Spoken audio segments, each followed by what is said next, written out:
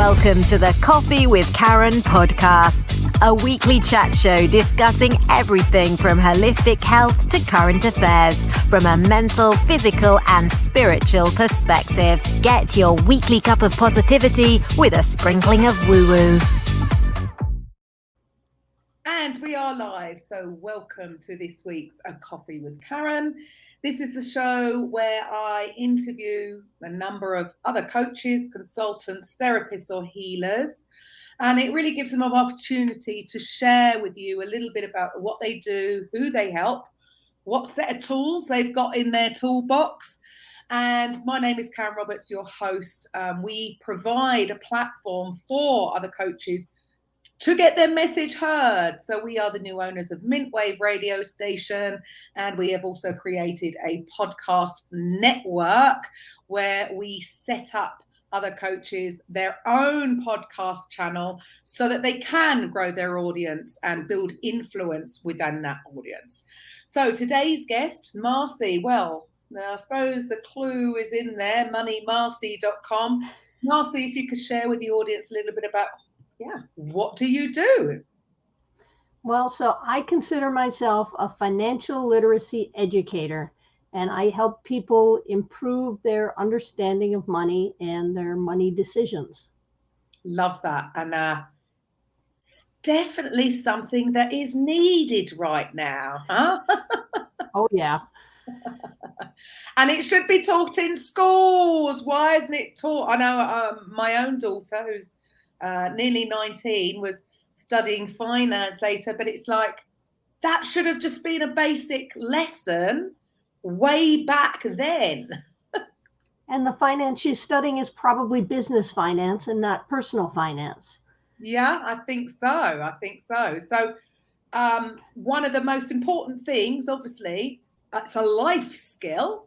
Would you agree that everybody needs? And I suppose, unfortunately, and I'll hold my hand up, years ago when I did have credit cards, I didn't have that full understanding.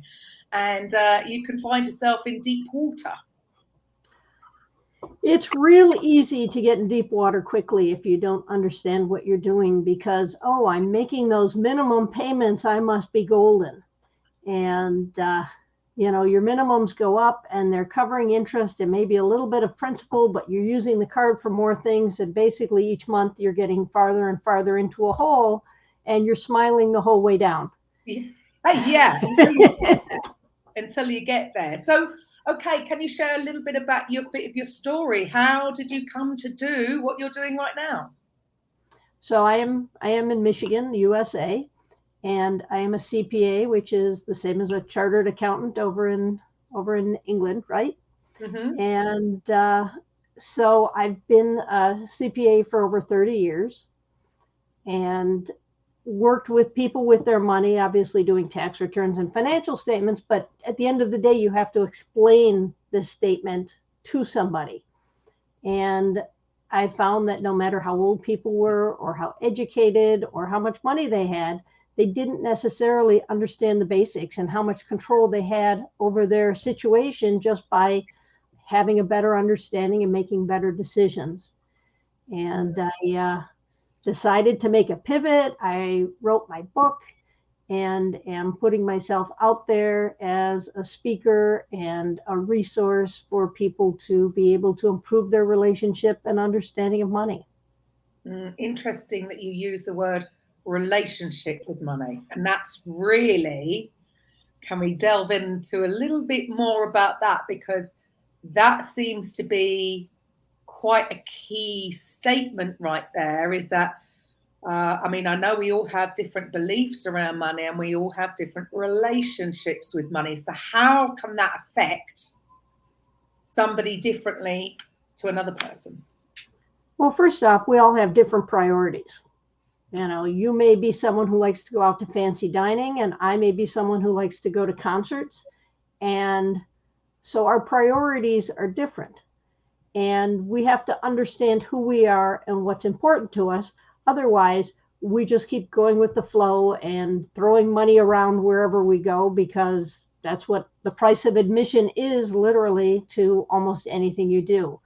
And as you develop a better relationship with money and understanding your own personal priorities, you have a better chance of having your money go to the things that are important to you. And it's easier to say no to the things that aren't. As the more money you have, the more mistakes you can afford to make without it having a huge impact. But the less money you have, those mistakes are much more expensive, from the start. Right. But also, I suppose things can change. Like, for instance, the craziness of the last 3 years now, right? So for some people as well, and again, I'll hold my hand up to this. Would be very much a go with the flow kind of person, and didn't want to think about I'll spend money until it's gone. Really terrible relationship with money. And then, of course, like you say, it doesn't necessarily matter how much money you're earning, because what was happening with me because of my personal relationship with money, or maybe belief system around money, is that the more money I earned, the more money I spent. And then sometimes found myself in something happened that was outside of my control, in which case the money coming in changed, and what do I do now? Because I've still got these outgoings. So is that the kind of thing that you're talking about? Well, certainly that's one of it. A lot of people talk about living within your means, and really what you have to do is live below your means. Mm-hmm. And you have to remember your future self. Obviously, my goals at my age are different than they were when I was 20 or when I was 30 or even when I was 40. And your goals and your priorities are always going to be changing. And you have to take the time to kind of sit back and say, okay, where am I now? What am I expecting? You have to say, okay, I want to pay future Marci, and I want to make sure current Marci is doing okay. And if you've got a lot of debt, that means you're still paying for past Marci. How much do I want to pay for things that aren't there anymore? My groceries from a year ago, do I still want to be paying for them on my credit card bill? They're gone. And that's the worst thing. I think that was the worst thing that I ever started, was buying something that I didn't have the money for then and there. And then also there's a bit of a mindset issue going on, because like you say, you don't want to be paying for last year's groceries. I'd think, I bought a new sofa, that's all well and good, but the novelty of that new sofa is worn off, and I'm still having to pay the monthly payments. That doesn't make you feel good, because like you feel like you've already had that, right? And so there's this mindset, there's the mental aspect of it as well. Is who wants to continue paying? So much better to pay for something once you have the money, which seems to have stemmed from, my mother was very much like that. Don't get back. I don't know, when you're young, and again, it's this different outlook on, you're seeing credit as your money, and it's not. I mean, it's such a crazy thing, and it's such a crazy thing that they even allow people to have this, because it's just, if you don't have that understanding of it and respect for money, then it can be misused. Would you agree? Oh, easily. Well, think about it. So you're 20 years old. You've always had your parents telling you what to do and making your decisions. And now all of a sudden you've got a job and you've got a credit card and you're making those minimum payments. So your credit card company loves you and you've got a good credit rating and all of those kind of things. And you get your first chance to make your own decisions and go on that vacation or drive that car that you don't have to have your parents telling you what to do or how to do it. And it's very easy to overextend yourself because everyone's telling you you're doing okay. The credit card company, the car company, whoever, they'll give you that loan. You qualify for it. But, future Marci's or future Karen is saying, hey, what about me? I'm going to want to retire, or I'm going to want to have a family or buy a house or whatever it is. And you've got to start setting up early for those. I recommend having multiple savings accounts or investment accounts. You want to have the one where you're putting away for retirement. You want to start saving for that car. You want to save for the couch so that you can pay for it and appreciate it at the same time. Yes. You know, much better way round of doing it in that whole how you feel about it, because otherwise you've changed that whole feeling process. And I suppose, yeah, the issue is years ago it wasn't that easy to get a credit card when you're young. Nowadays, and like you say, of course they're going to love you because they're making money from that, from the interest. You think, oh, what a waste, what a waste, what a waste. So for you, what do you see as the biggest challenge facing, say, the youngsters right now, the 20-year-olds that are in their sort of first or near to first jobs and they're just starting out on their own? What would be your advice to them? Because it works both ways, right? You said something earlier about your credit score. Well, you can't get a credit score unless you borrow money, which is... Well, but it makes sense. It makes sense until they see it that you're going to pay it off.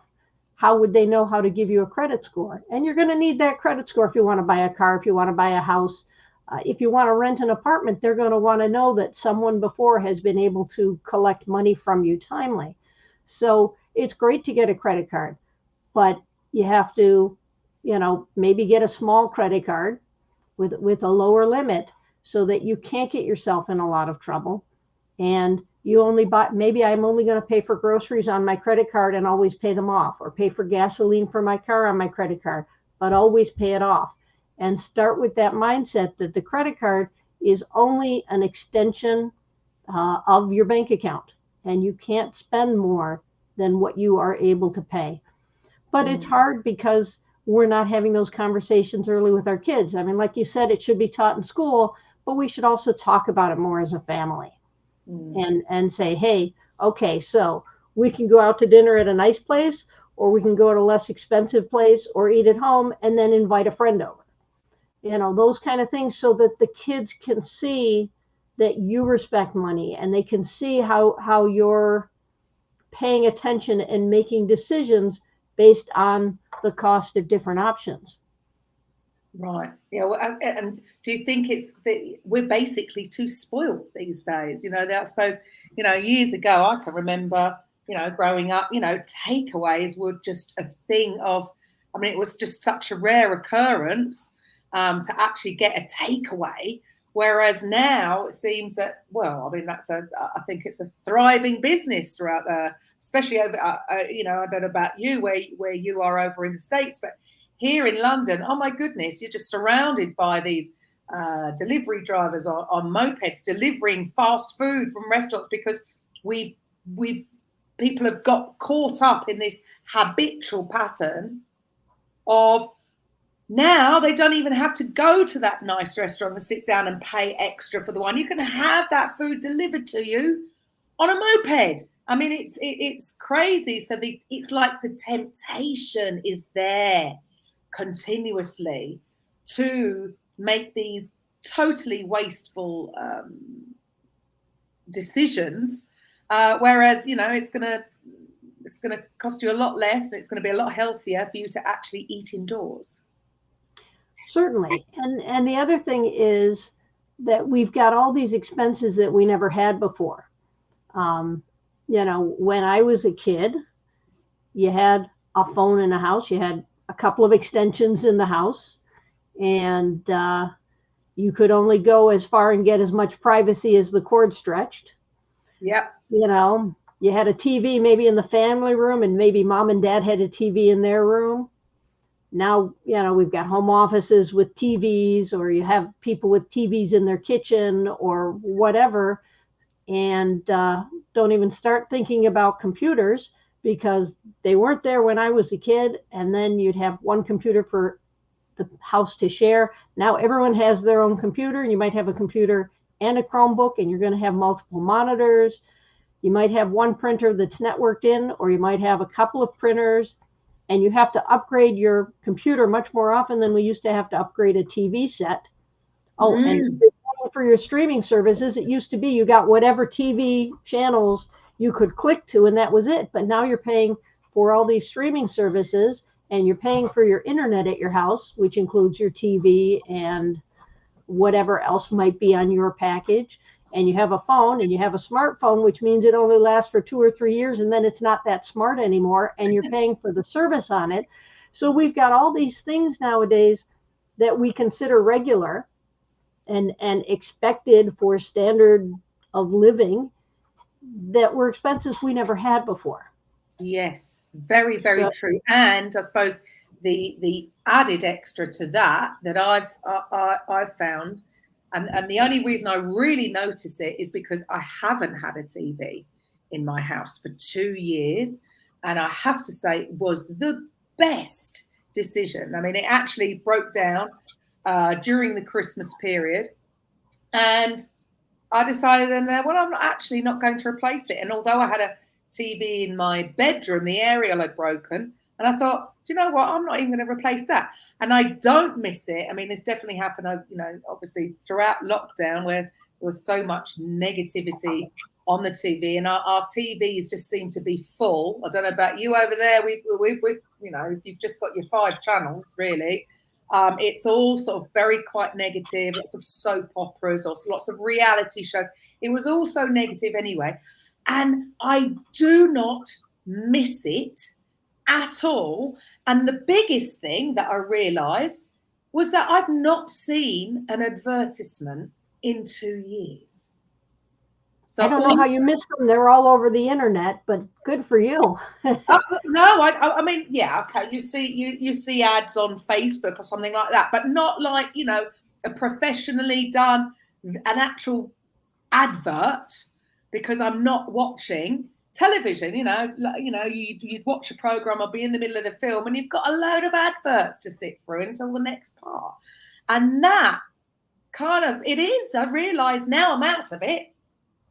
You realise how brainwashing all that stuff is. And it's all like, oh, so I want this and I want that. And I think that's made a big difference to me. So I can imagine why, the youngsters, there's always something to want for. Well, but as I said, it's also the cost of having that, because then you'll see the ads for the channels that you don't get. And then you want to stream that service and you want to stream that service.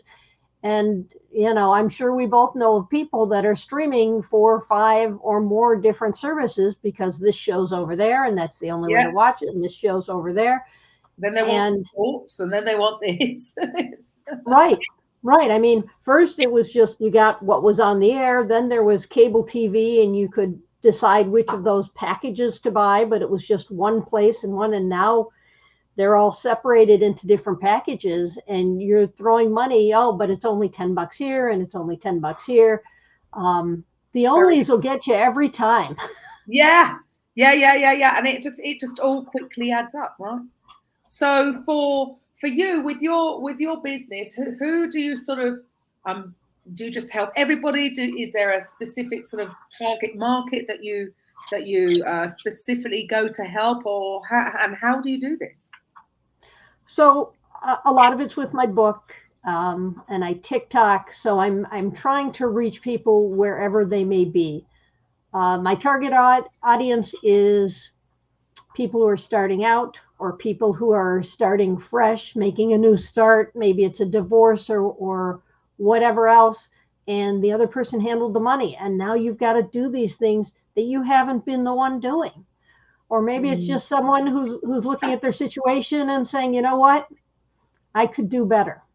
Yeah. So really it's everybody. I obviously I have my book and my website with my blog and the TikToks and whatever else I do. I'd be happy to lead book groups so that we could really dive in to more topics, starting from my book or speaking engagements with larger groups. So for the listeners who can't see, so the website that we've got down here is MoneyMarci.com. What is the name of your book? So it is MoneyMarci's Guide to Financial Literacy, and it is available via Amazon. And you can request it at your library. If funds are tight, your library can order the book and you can read it from the library. But my hope is you're going to want to take it, you're going to want to buy it and have a paperback copy so that you can write your notes in it and use it as a reference guide as different things come up in life that, today I didn't really think about this, but now I thought about that and I want to, look it up and get a better starting point for it. On my website, I have worksheets and links to obviously US-based tax things and whatever else that might help people figure things out. Right. And yeah, I mean, I know, yeah, because obviously there is going to be differences between your system and our system. I'm not sure, like, so something even myself's going into now. We have this thing over there. If we're a company and the company's grown to a certain degree, then you have to start paying value-added tax, VAT, right, which is at 20% over here.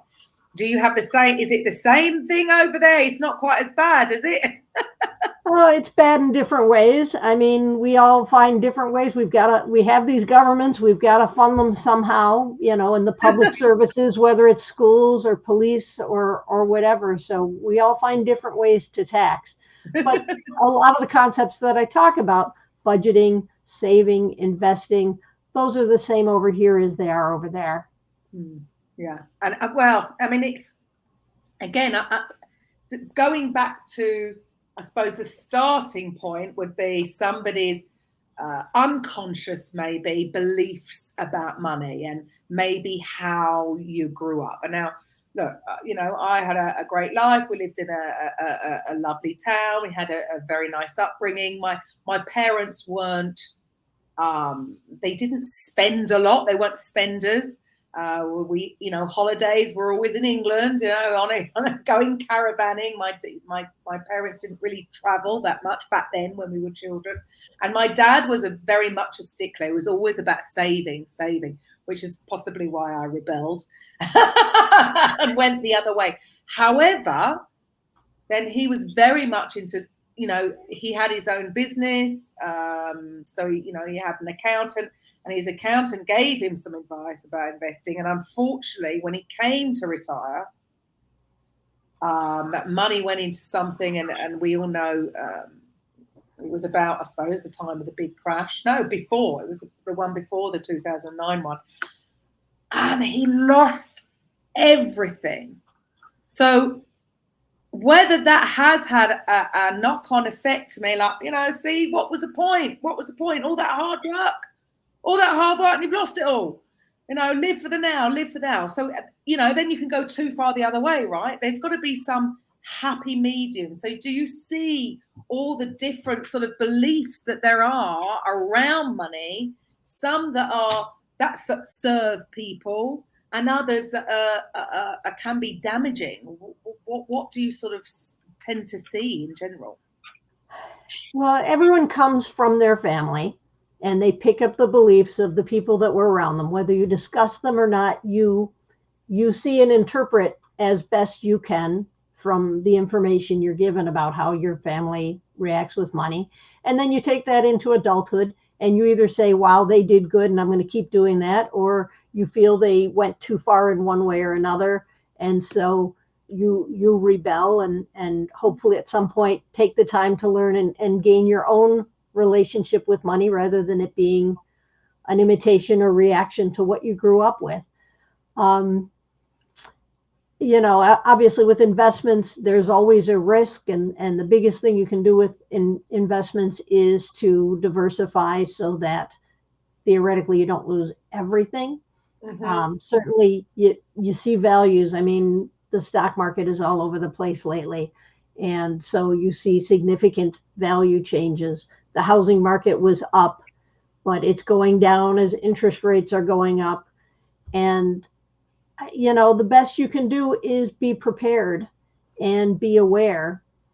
And that's the thing. It seems, as an outsider, right, looking in, I have no clue, right, with regards to investment. But for me, looking in, there just seems so much of a risk. I can remember back in the 80s, I was too young, but I had friends who were older, who'd obviously bought their first house, and I can remember them just being so mortified that they lost everything because the interest rates went up, and all of a sudden they couldn't afford this mortgage because they were at this level and it had jumped up. and all of a sudden they their job was their job, their income had stayed the same, so they couldn't afford this mortgage and they lost it all. So there's always, seems to me as an outsider looking in, there's always these cycles, and then something that you think might be good for investing. How do you know? There is no way of knowing, is there? How do you know is that going to be the right thing or not? So what happened with your friends is they had a variable mortgage that the interest rate changed. If they'd have gotten a fixed mortgage, that wouldn't have been a problem. But what they probably did was they bought a bigger home than they could really afford, and they went for the variable because the interest rate is lower now, and by the time the interest rate goes up, I'll be making more money, which meant they weren't living within their means. Right. They were, kind of faking it to live within their means by getting a variable rate mortgage. I understand why they did. In the mid 80s, interest rates were 8, 10, 12% on a mortgage. And, it's like, well, it can't be like this forever. It's going to go down. Well, that's fine, but it's going to go up until it goes down. And so that's why I tell people you have to live below your means, so that if things get a little tight, because you know what, that bonus you got last year, there's no guarantee you're going to get it this year. Yeah. That raise you got, you can't be guaranteed a raise because so many other things affect the company that the company might say, hey, we've got a wage freeze.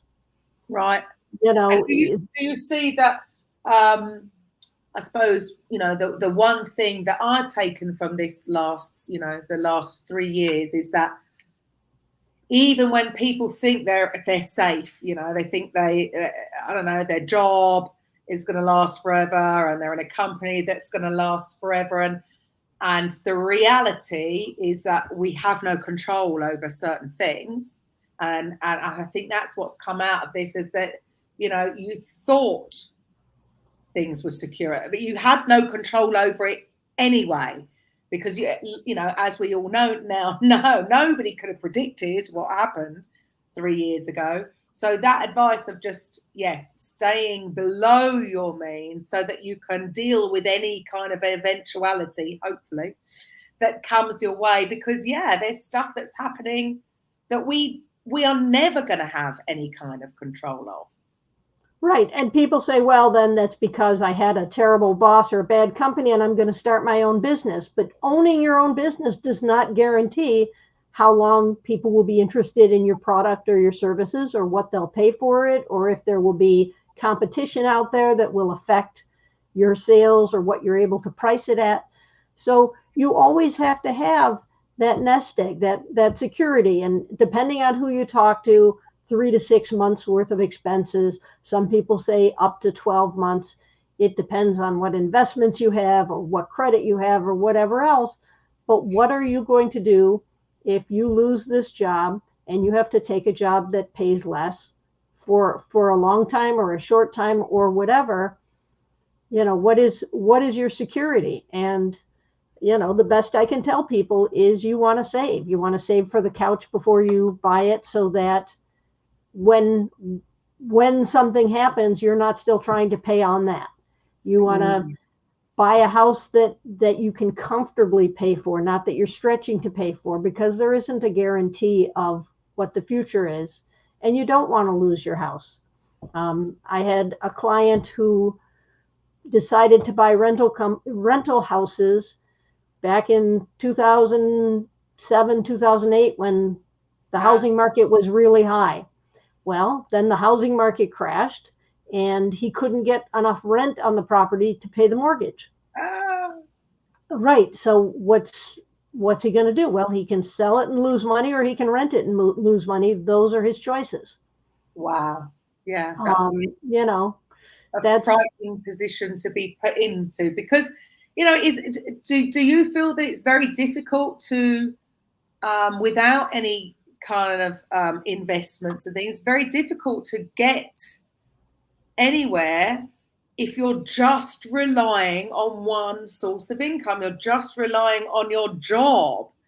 It amazes me how, without any kind of input, if people are just getting, I call a job just over broke, because it seems to be just keeping everybody in this literally just over broke situation where they are just living paycheck to paycheck. And how can you, some people are literally in that space where they wouldn't have any extra to have a takeaway or to go, because they're literally just getting by. How do they ever jump to that next level without any kind of investment opportunity or something coming their way? Because if they're just earning the money that they're trading time for money, it's very difficult for some people to just, how do they get out to that next stage without burning out by getting a second job? Well, it depends on how much their job pays, because I know people that make $40,000, $50,000 a year who put away money, and I know people who make $250,000 a year who don't put away money because of the choices they make and what their expenses are. So, I mean, obviously, if you're making minimum wage, trying to put away an extra dime is hard. But other things come to choices, whether it's the car you drive or what you do for fun or the gifts you give, or it's a whole bunch of choices. And people don't always want to make the hard choices. If you're young and you're making at that lower salary, then maybe what you do is suck it up and get a roommate. Maybe I'm not ready to buy a house. Maybe I'm going to help my friend pay for their house by being, a renter in a spare room, so that I can also save money for myself, because that's cheaper than getting a house or getting a car or an apartment. Car is something totally different. I don't know if they have good public transportation where you are. Here in Michigan, there's some, but it's limited. We're very different. London, I mean, it's almost to have a car is almost it's just not worth it for the amount of money that they're going to make you spend. They've got extra taxes, or just not low emissions. Now they're bringing everything sort of further out, and you're going to have to pay to drive into London for the day. I mean, yeah, it's they really don't want you having cars. However, I'm not going to lie, the public transport system here is pretty amazing. I mean, we haven't got the underground directly where we are, but it's really not that far away, actually. It's the closest one is a bus journey about 50 minutes down the road.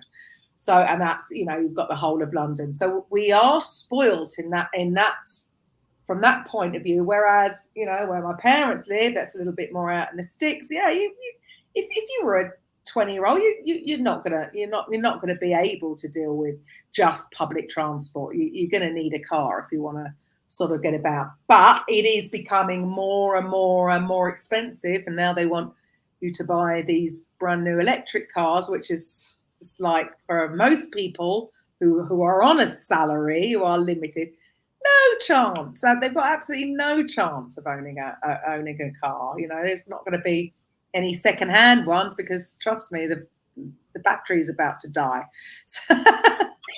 Right, and that's a problem that is a big discussion here about electric cars, is what happens with the batteries, and do we have enough infrastructure to charge it if everybody got electric cars? And the answer is simply no. I mean, it's great to have pie in the sky. We all have low emission electric cars, and we've got to also consider, what does it take to make that battery? What do we do with the battery when it dies? Can we get the cars charged up to use them? No. Yes, it looked good on paper, I think.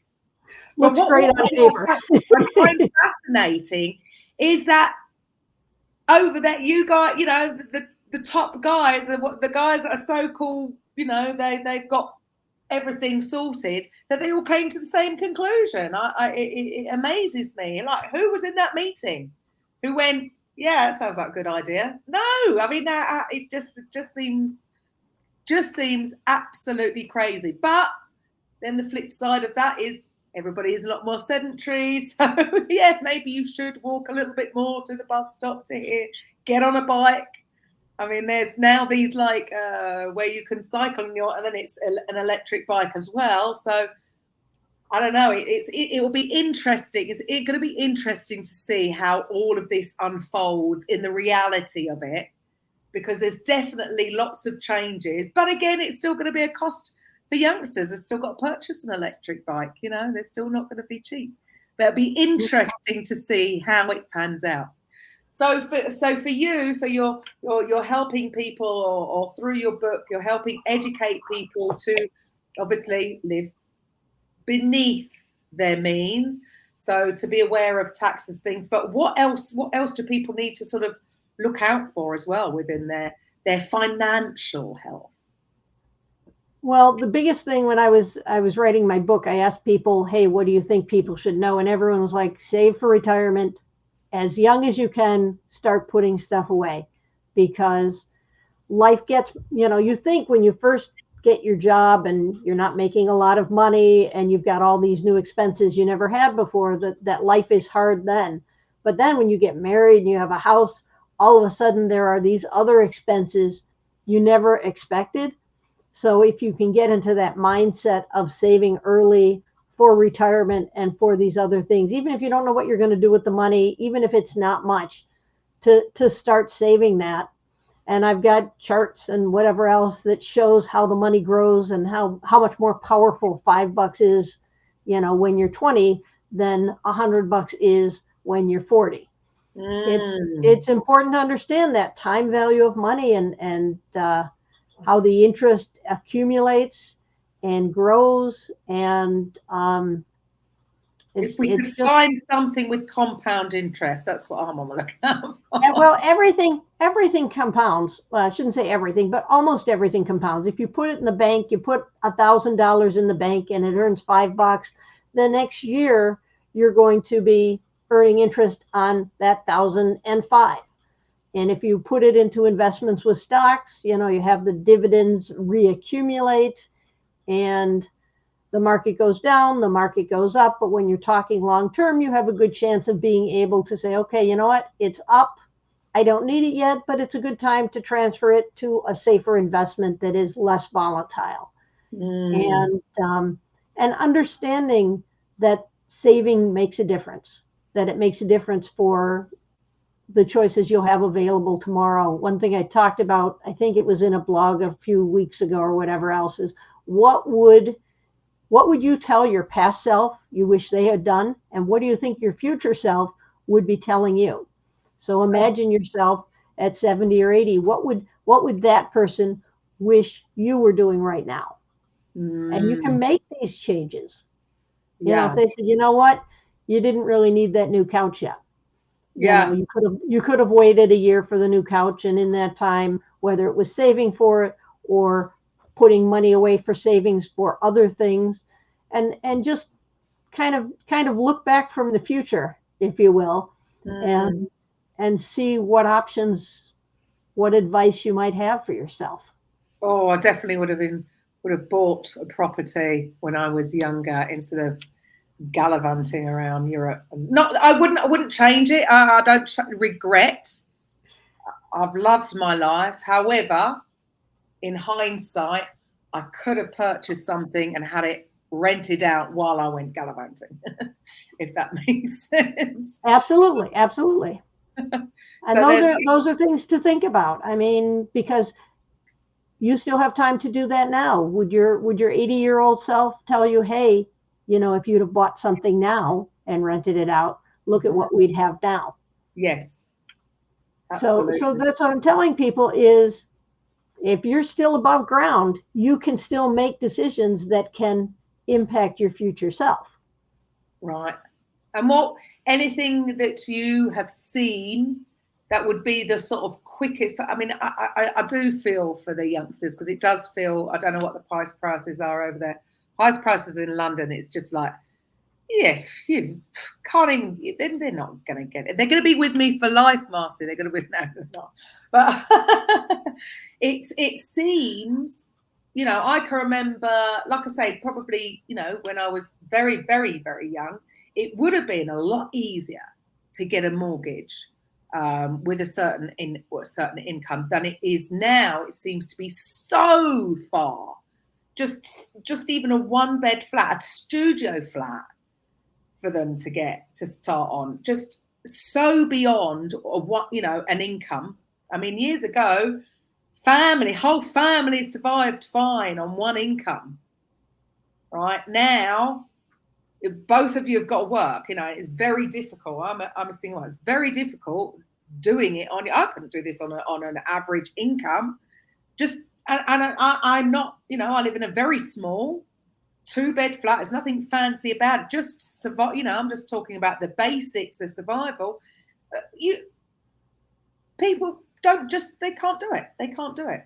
So for their children to then, have an opportunity of owning their own home, over here, it just seems so far out there because the prices are so done anywhere near. Doesn't come anywhere close to what their yearly income is. It seems that the gap has got too wide. Is that the same where you are, or are things not so bad?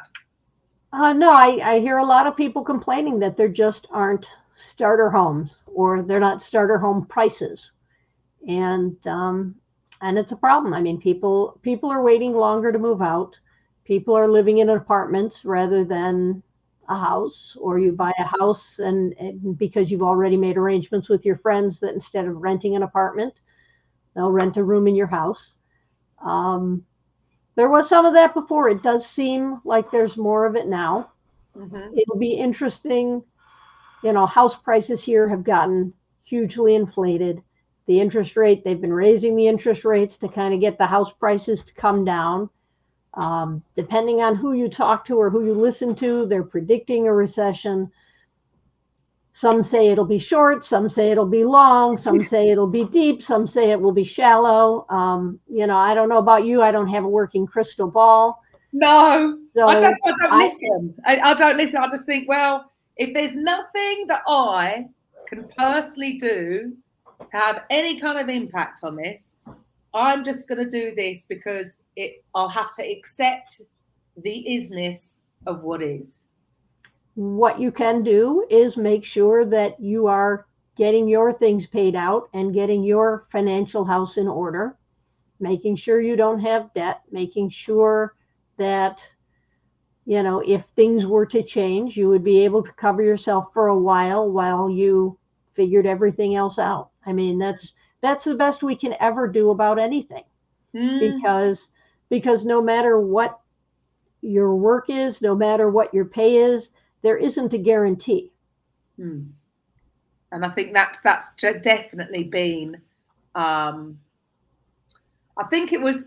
feel that before it was always the same. There was never any guarantee, but this perception that people had before was that there was a guarantee. But I really don't think there was. That was a myth. That was a made-up story in their mind. And what's happened in the 3 years is that's come crumbling down. And the reality is there is no guarantee with anything. With your job, with starting a business, with having it. But there is no guarantee. You can only do the best you can do with the information that you have at that time, and not succumb to any of the fear. Because this is the trouble. I suppose the truth is, years ago, if I'd invested in Bitcoin, right, and just went with it. However, I know, I'd be incredibly, incredibly wealthy right now. But I know people who played around with Bitcoin, but even if they've got stuff now, they haven't got what they would have had if they'd left it, because fear would have driven them to maybe sell out a certain time, and then they've got back in and they've done this in and out and in and out and in and out. So they can't time the market. They haven't made the growth that it had back then. Right. And Bitcoin was one of the first. Now there's a whole bunch of cryptocurrencies out there. Their prices are inflated. They're based on basically what someone else is willing to pay for it at any point in time. So what is the future of cryptocurrency? I don't know. But isn't that everything? I mean, gold, silver, who decides that this diamond is of value? I mean, right. It is back to Marilyn Monroe or somebody before her, somebody being used to promote the, you get engaged, you want to give a diamond ring. So it's our perception of value rather than value itself. Right. I was talking to someone, what is a house worth? Well, it's worth whatever someone is willing to pay for it. And that's what cryptocurrency, and that's what gold or diamonds. I mean, if you talk about stock prices, that stock in a company, theoretically, you can track what Ford Motor Company is worth to some extent. But that changes continually because all of a sudden there might be a recall, or they might have the best car out there with some brand new technology, and that shoots the stock right up. I mean, even those change. Theoretically, the company's not going to go away, so it will always be worth something. But what it's going to be worth on, you would say stocks in long-term companies are probably the safer bet, whereas I know everyone's talking about, to me, crypto. I just think, well, it's nothing, and surely it's got to go. I mean, I'm sure it's not. It's here to stay, but it's which one? Which one? But they talk about, excuse me, cryptocurrency. They want it to start being used as like money and pay for things with cryptocurrency. Well, that's all well and good. So I use cryptocurrency to buy a pizza today. That same money tomorrow, is it only worth a cup of coffee, or could I have bought a bicycle with it? It's too volatile for the everyday use they had initially intended. So now it's this very volatile investment that could be worth a ton or nothing when you need it. So you have to look at it as a long-term investment. You have to look at it. I'm not going to time the market and play it. I'm going to wait, and I'm going to hope and pray that I'm paying attention and get out at the right time. And that is, so for me, again, look, I don't come from this world at all. And the only time I did study the Forex for a while, and I thought I was going to be really good. And then the moment it was my own money, I realized I'm a gambler. I've never gambled in my life, but I've realized I've got a gambling mindset, which is horrendous, because the moment it was my money, my rules went out the window, and it was just crazy. It was like, oh, no, cut. We don't go there. But this is not suited to my personality. So I'm obviously driven, because a lot of it seems to me, it's a lot of fear-driven stuff. Oh, no, it's going to go quick. And I would be too reactive rather than being patient and trusting. I suppose maybe that's it. Somehow I don't have this trust in these investments. I think I'm going to lose it. And so I was like, right, I'm staying well clear of things like that and only dealing with what I can control. So your money is what, in your mattress or buried in your backyard? It's not good. I'm totally aware that that's not a healthy mindset with that, because I don't trust. I just think I'm more worried about the loss. So obviously my fear of loss is too high because I don't trust it, unless it's okay. Well, then if it's my fault, I haven't done my work, then I'm not I am trusting myself to do my work to get paid. So I'm very low trusting in something that's out there that I don't have any control of. Do you find that different personality types suit different kind of investment strategies? Absolutely. So, the two main investment strategies are aggressive and conservative. And there is their personality in it. I think it really should be rated on your age. I mean, the younger you are, the more aggressive you can afford to be. And as you get older, the standard wisdom is you start transitioning to those more conservative investments, so that when you're pulling that money out, you're not having to worry about however volatile the market is at that point in time. Yeah. But instead of doing your own investing, maybe you need an investment advisor to work with and explain your strategy, and then not look too much. Totally not look, leave it up to them. But again, I think because of what's happened with my dad, I've got this inbuilt, like, who do you trust? To lose everything, that's pretty extreme. It meant he wasn't diverse. Was he in just all invested in one or two types of stocks and one or two particular businesses? It was one big company. It was a big company that just totally went down. I can't remember what year it was. it was a while ago now, but yes, it wasn't totally everything. He still had his house, he still had his pension, but it really was. He was such a saver. And that's what saddened me, because it was like, I was a bit of the, one that would go off here and go off there. And he was the one who was Mr. Sensible and always saying about saving for your pension. And it totally broke me when I realized that, yes, it lost a lot on a bad, and unfortunately it was the accountant that he'd had for many, many years, because of course he trusted them. So I suppose there has got to be this, it's got to be a trust thing. You've got to trust know who you're going to. They've got to be the right person for you. Yeah, I need something a bit more conservative that I can't even tell me.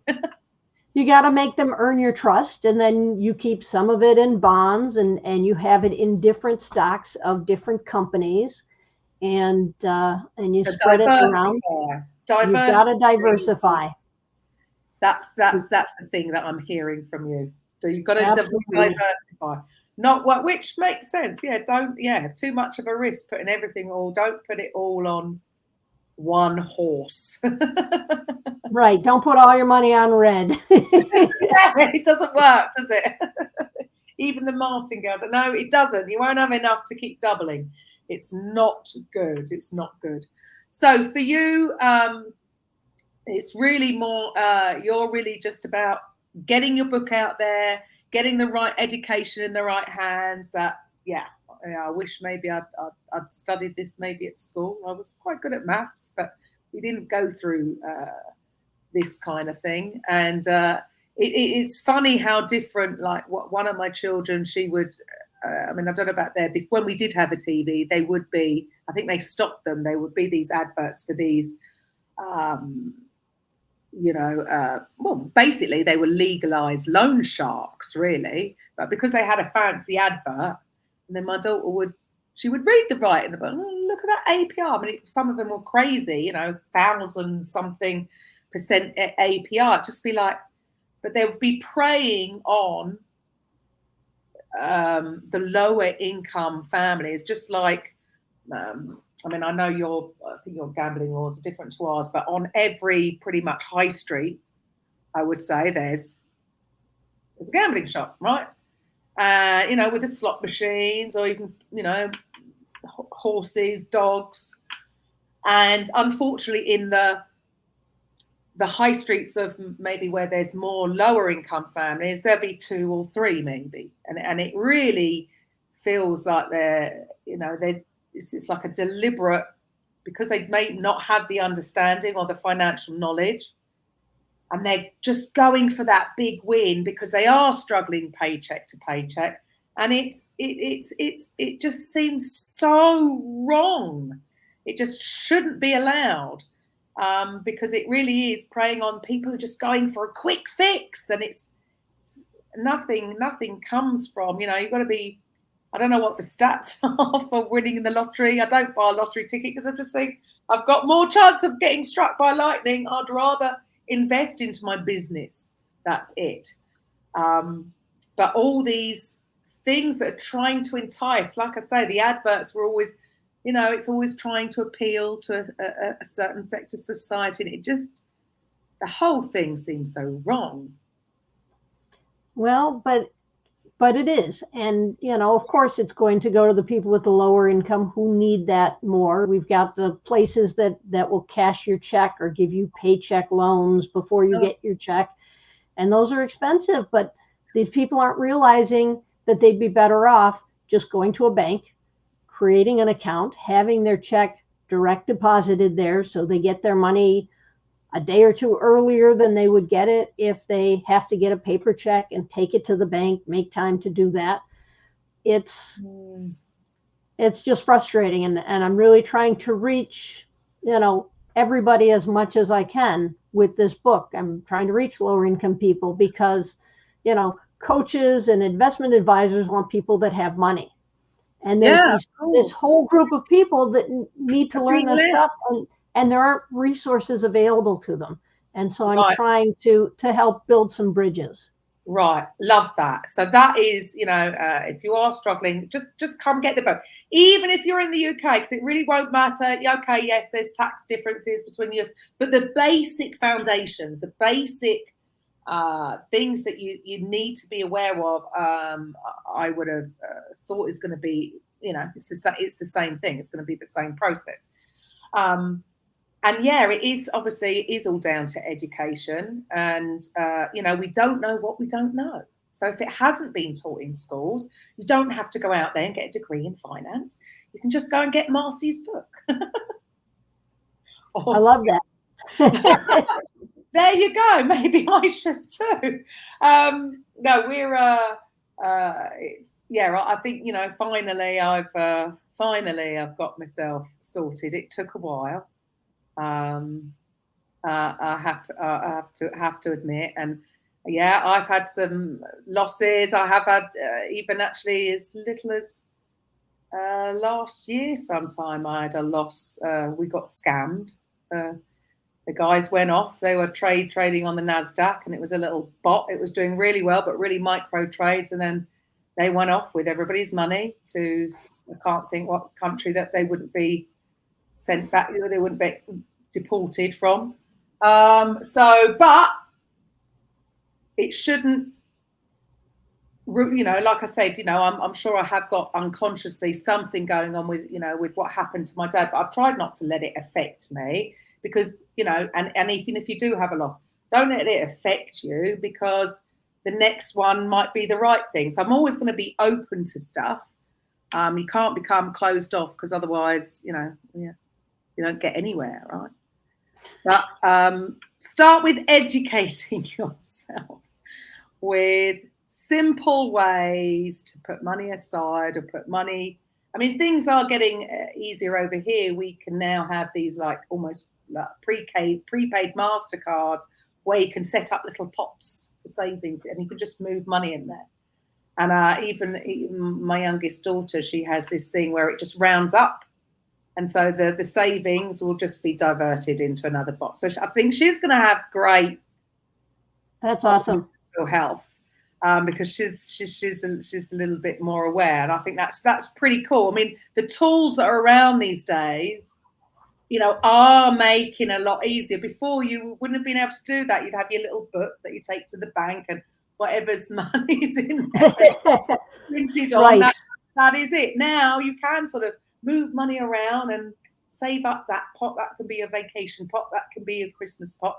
So I think it's getting easier for some, if they get out of that, your credit card's your friend. It's not your friend. Well, it's a resource. It's a tool. Money is a tool. The question is, do you know how to use the tool? Yeah. And don't abuse it. And don't abuse it. Don't abuse it.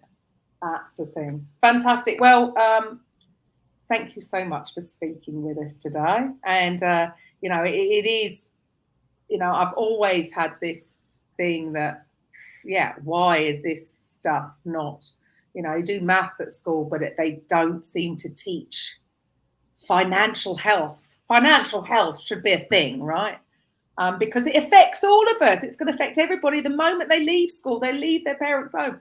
Everybody needs this, no matter what country they're in, right? That doesn't matter where they are, what kind of income they're on. Like you say, there's going to be people that have better financial health on a low income versus on other people that are on actually doing pretty well, but they're wasting it. There's money being wasted left, right, and centre.